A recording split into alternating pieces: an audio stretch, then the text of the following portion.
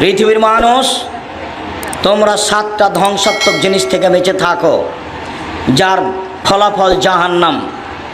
1, আশিরকু বিল্লাহ, আল্লাহর সাথে শিরক করা। দেখেন সিরিয়ালে 1 নম্বরে আছে। 2, অসেহর, জাদু করা। জাদু কিন্তু শিরক, জাদু করাও শিরক, জাদু দেখাও শিরক, ওটা হলো ভেলকি। 3, কাতলুন নাফস, মানুষকে হত্যা করা। 4, আকলুর রিবা, সুদ খাওয়া। একজন এসে বলছে এলাকায় খুব সুদের প্রভাব আছে, থাকতে পারে, থাকেই তো সুদের প্রভাব। আল্লাহ রসুল বলছেন মায়াকুল দিরহাম রিবা হইয়ালাম আসাদমিন সিতাতা সালাসিনা জিনিয়া। কেউ যদি জেনে শুনে 1 টাকা সুদ খায়, 36 বার জেনা করে যত পাপ হবে, 1 টাকা সুদ খেলে তার চেয়ে বেশি পাপ হবে। ভিক্ষা করে খাওয়া ভালো, ভিক্ষা করে খেলে দুনিয়াবি সম্মান হবে না, কিন্তু ওই ভিক্ষা করাতে পরকাল হারাবে না।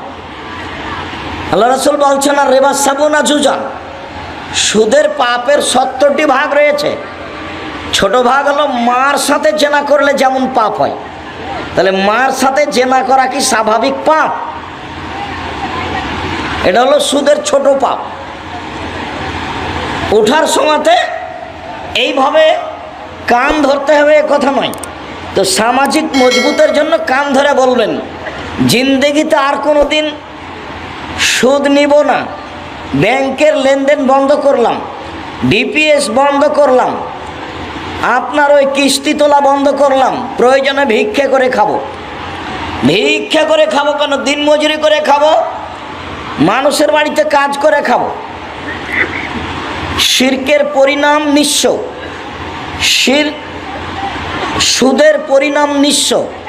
সুদ খেলে আপনি নয়, আপনার ছেলে নয়, আপনার নাতি ভিক্ষুক হবেই, ওকে হতে হবে। আল্লাহ বলছেন ইয়ামহুকুল্লাহু রিবা ইউরবি সাদাকা, দান মানুষের টাকাকে বাড়ায় আর সুদ মানুষের টাকাকে কমায়।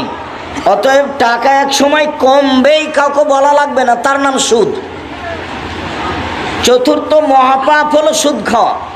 5ম মহাপাপ হলো এতিমের মাল খেয়ে নেওয়া। 6 নম্বর হচ্ছে যুদ্ধের মাঠ থেকে পালিয়ে যাওয়া।